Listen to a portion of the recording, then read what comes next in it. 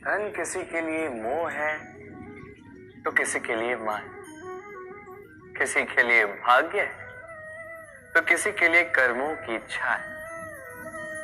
देखा जाए तो ये धन कहीं ना कहीं मनुष्य के लिए अत्यंत आवश्यक भी है, और इसलिए मनुष्य जो है अपना समस्त जीवन व्यतीत करता है इस धन को अर्जित करके।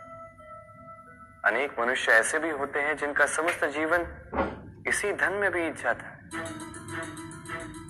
हर एक मनुष्य प्रयास करता है कि वो धनी बने, अधिक से अधिक धन अर्जित कर सके, संपन्न बना रहे। और ऐसा क्यों ना? क्योंकि यही एक वस्तु है जो आदान प्रदान व्यवहार में काम आती है। प्रयास हर मनुष्य करता है, धन अर्जित हर मनुष्य नहीं कर पाता। कारण ये कि मनुष्य सोचता है मेरे पास कुछ धन आ जाए तो मैं कुछ करके दिखाऊं। धन सोचता है कि ये मनुष्य कुछ कर दिखाए तो मैं उसके पास आऊं। इसलिए करके दिखा, ऐसे श्रेष्ठ कर्म कीजिए कि धन स्वयं आपके पीछे भागने लगे।